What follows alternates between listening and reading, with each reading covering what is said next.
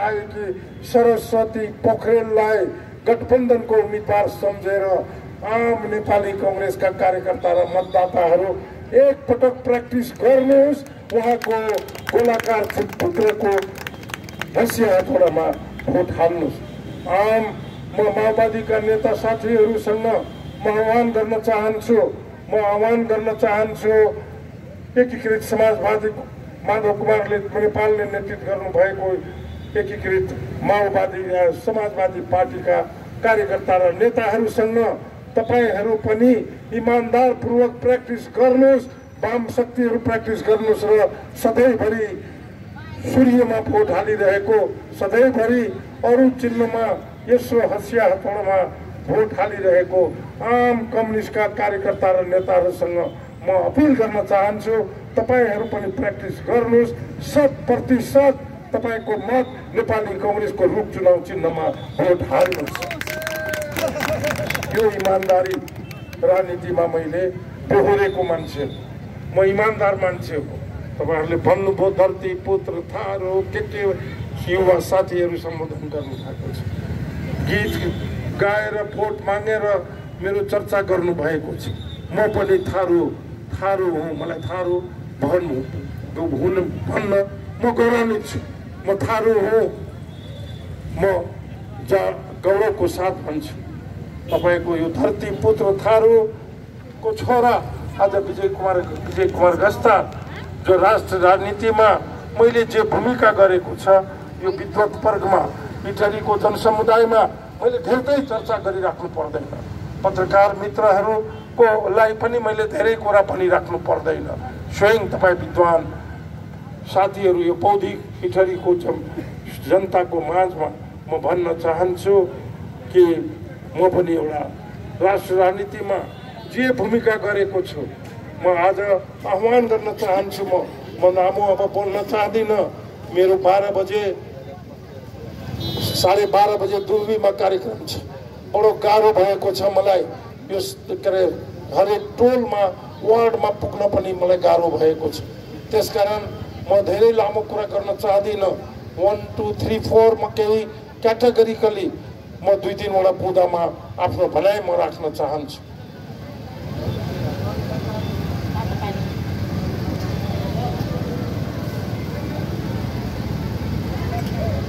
एक महिना अगाडि मेरो आवाज भाँसियो।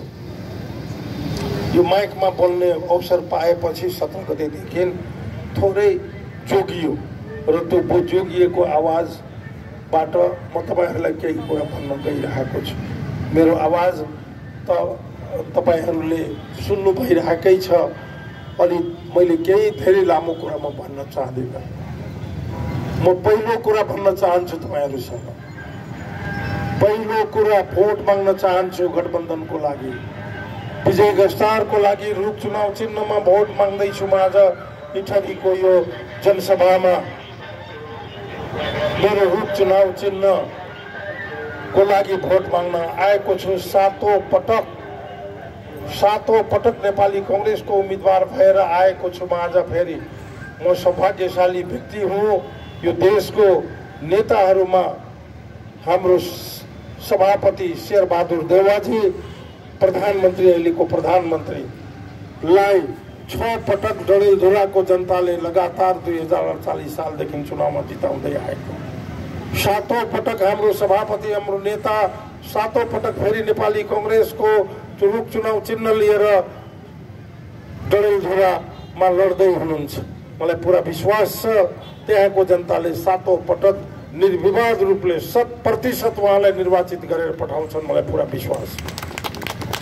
त्यस्तै थारूको छोरा, यो तराई र मधेसबाट उठेको, यो भूमिबाट उठेको, यो भूमिबाट भूमिपुत्र, तपाईले पनि यो क्षेत्रका जनताले, सुनसरीका जनताले 2048 सालदेखि अहिलेसम्म तपाईले 6औं पटक मलाई चुनावमा जिताएर पठाउनु भयो। तपाईको यो भूमिपुत्र आज नेपाली कांग्रेसको तर्फबाट 7औं पटक फेरि नेपाली कांग्रेसको उम्मेदवार भएर रूप चुनाव चिन्ह लिएर आएको छु।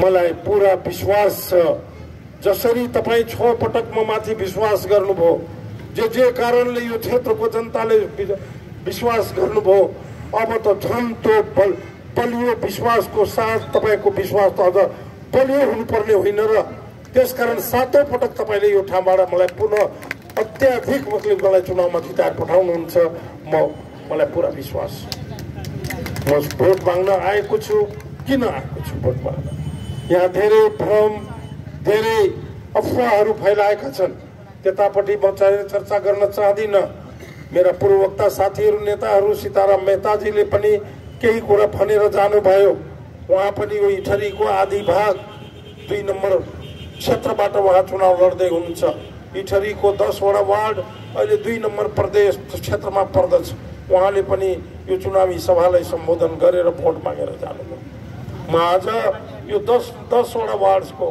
इटहरीको जनताहरूसँग आधी इटहरीसँग होइन पुरै इटहरीसँग म अपिल गर्दैछु किनभने यो इटहरी भनेको कुनै आधी बाडिएको ठाउँ होइन यो इटहरी उपमहानगरपालिका कुनै बेला सिङ्गो इटहरी मैले देखेको छु सिङ्गो इटहरीबाट मैले चुनाव जितेर गएको छु र मैले पहिलो आधार तपाईसँग मैले जुन भोट माग्दैछु आज पहिलो कारण राजनीतिक कारण नै हो पहिलो कारण विजय गस्तारले यो देशमा नेपालको राजनीतिमा लोकतन्त्र प्रजातन्त्रको लागि पञ्चायत व्यवस्थाको विरुद्धमा जुन लडाई र सङ्घर्ष गरेर यो ठाउँमा पुगेको छ एक दिनमा बनेको नेता कोही पनि हुँदैन यो देशमा जति नेताहरू देख्नुहुन्छ आज धेरै चर्चित केही स्वतन्त्र युवा उम्मेदवार हुनुहोला उहाँहरू चर्चामा भइराख्नुहोस् म शुभकामना दिन्छु आउने 20 वर्षसम्म तपाईँहरू काम गर्नुहोस् स्वतन्त्रै भएर काम गर्नुहोस् यो देशको नेता बन्नुहोस् ठुलो नेता बन्नुहोस् मेरो शुभकामना छ तर म के भन्छु भने देशको नेता बन्न एक दिनमा बन्दैन एक दिनमा कुनै नेता बनेको छैन एउटा चुनावमा जितेर कोही यो कुनै पनि संसारको कुनै ठाउँमा नेता बनेको छैन नेता वर्षौं वर्ष सङ्घर्ष र बलिदानबाट उठेको हुन्छ त्यस्तै पहिलो भोट म क्लेम जुन गर्छु म दावा गर्छु यो इटहरीको बौद्धिक जमातले मलाई यो क्षेत्रको जनताले मलाई किन भोट हाल्नुपर्छ भने मैले तपाईँको अधिकारको लागि लोकतन्त्र प्रजातन्त्रको लागि पञ्चायत व्यवस्थाको विरुद्धमा जब म लडाई सुरु गरेँ तपाईँलाई स्मरण गराउन चाहन्छु तपाईँलाई यो रिकल गराउन चाहन्छु तपाईँले बिर्सिनुभयो कि भनेर मैले सम्झाउन चाहन्छु तपाईँलाई याद गराउन चाहन्छु यो विजय गस्तार पञ्चायत व्यवस्थाको विरुद्धमा 2027 सालमा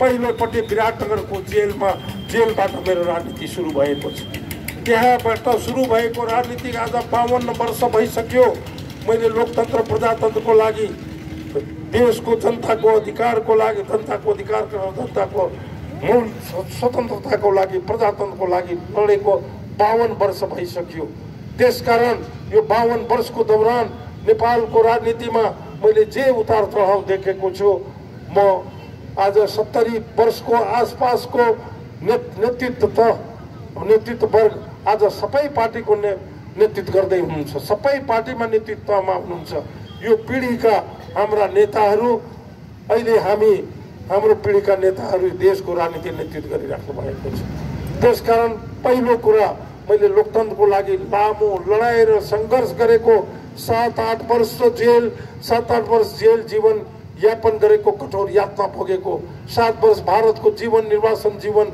व्यतीत गरेको र लोकतन्त्र प्रजातन्त्रको लागि ज्यान हथेलीमा लिएर मसँग 27 सालमा जेल पर्ने मसँग विराटनगरको जेलमा पर्ने राम लक्ष्मणहरू ओखलढुङ्गा काण्डमा शहीद भए गोकर्ण ठगी राजधानीहरू गोलीको शिकार भयो पञ्चायत व्यवस्थाको समयमा तर म आज जिउँदो छु त्यसैले मलाई जिउँदो शहीद भनेर पनि तपाईँले सम्बोधन गर्नु भएको छ आज लोकतन्त्रको लागि यत्रो लामो लडाई लडेको मलाई थाहा थिएन तर मैले यो दौरान सरस्वती पोखरेलजी क प्रदेशमा यो क्षेत्र नम्बर 3 को क प्रदेशमा उम्मेदवार भएर आउनु भएपछि उहाँ म सँगसँगै चुनाव प्रचारमा हिँड्नु भएपछि उहाँलाई मैले एक दिन सोधे म त 27 सालमा जेल परेको तपाईँ कुन सालमा जन्मिनु हो उहाँ त 32 सालमा जन्मिनु भएको रहेछ 32 सालमा 2032 सालमा उहाँ जन्मिनुभन्दा 5 वर्ष अगाडि लोकतन्त्र प्रजातन्त्रको लागि लडेको, जनताको अधिकार र स्वतन्त्रताको लागि लडेको विजय गस्तारको इतिहासलाई मेटाउनको लागि एमालेको सरकार भएको बेलामा म माथि मुद्दा चलायो, ललिता निवास जग्गा प्रकरण। म भन्छु त्यो मुद्दा मात्र होइन, म माथि ठुलो वज्रपात, अन्याय र अत्याचार गरियो। त्यति बेलाको तत्कालीन सरकारका प्रधानमन्त्री तत्कालीन सरकारको कब्जामा रहेको अख्तियार दुरुपयोग अनुसन्धानलाई मसँग व्यक्तिगत प्रतिशोध लिने उद्देश्यले मुद्दा चलाए, जुन मुद्दाको बारेमा अघि पूर्वक्ता युवा साथीले धेरै कुरा प्रश्न पार्नु भएको छ। तपाईँ विद्वान साथीहरू बुझ्नु भएको छ। म त्यसमा धेरै गहराईमा म जान सक्दिनँ, धेरै म चर्चा गर्न जरुरी ठान्दिनँ, तर यति म अवश्य भन्छु कि त्यो ललिता निवासमा जबरजस्ती म प्रतिशोध मेरो राजनीतिक इतिहासलाई मेटाउने गरिकन सम्भवतः केपी शर्मा ओलीको ब्रेनको उपज हो कि आउने समयमा मैले फेरि चुनाव लड्नुपर्छ, जित्नुपर्छ भन्ने उहाँको पनि होला, मैले सरकार बनाउनुपर्छ, ठुलो पार्टी बनाउनुपर्छ भन्ने होला। तर नेपाली कांग्रेसभित्रको एउटा सशक्त उम्मेदवार, जहिले पनि नेपाली कांग्रेस सशक्त नेता, जहिले पनि चुनाव जित्ने, कहिले पनि चुनाव नहार्ने, जहिले पनि चुनाव जित्ने, कहिले पनि चुनाव नहार्ने यो नेतालाई कसरी कांग्रेसभित्र समाप्त पार्न सकिन्छ। म माथि जबरजस्ती ललिता निवास जग्गा प्रकरणमा मुद्दा चलायो, नखाएको बिख मलाई लगायो, जसको कारणले म त्यो मुद्दामा केही दिन अल्मलिए। म केही दिन मुद्दाको कारणले मलाई जनताको बीचमा जान ढिलाइ भयो, तर साँचो सत्य सत्य हुन्छ। साँचो कुरा, सत्य कुरालाई कसैले छेकिँदैन। त्यसैले त्यो ललिता निवास जग्गा प्रकरणमा मलाई मुद्दा चलाएर अहिले भर्खरै भइरहेको चुनाव, जो 2079 साल मङ्सिर 4 गते जुन प्रदेश र प्रतिनिधि सभाको चुनाव भइरहेको छ, सायद सम्भवतः यो चुनाव, आउने चुनावलाई ध्यानमा राखेर विजय गस्तारलाई अहिले नै ललिता निवास जग्गा प्रकरणमा मुद्दा चलायो भने चुनाव लड्नबाट वञ्चित हुन्छ भनेर मलाई चुनाव लड्न वञ्चित गराउने उद्देश्यले पनि म माथि मुद्दा चलाएको। त्यसकारण यो ललिता निवास जग्गा प्रकरणमा म निर्दोष, कुनै पनि मेरो दोष छैन, त्यहाँ मेरो कुनै पनि संलग्नता छैन। मलाई पुरा विश्वास छ कि त्यो ललिता निवास जग्गा प्रकरणमा अदालतले मलाई न्याय दिन्छ, इन्साफ दिन्छ मलाई अदालतले। मेरो कुनै त्यहाँ इन्भल्भमेन्ट नै छैन, कुनै संलग्नता नै नभएको म विजय गस्तार यो ठाउँमा उभिएर इटहरीको यो उपमहानगरपालिकाको यो चुनावी सभामा उभिएर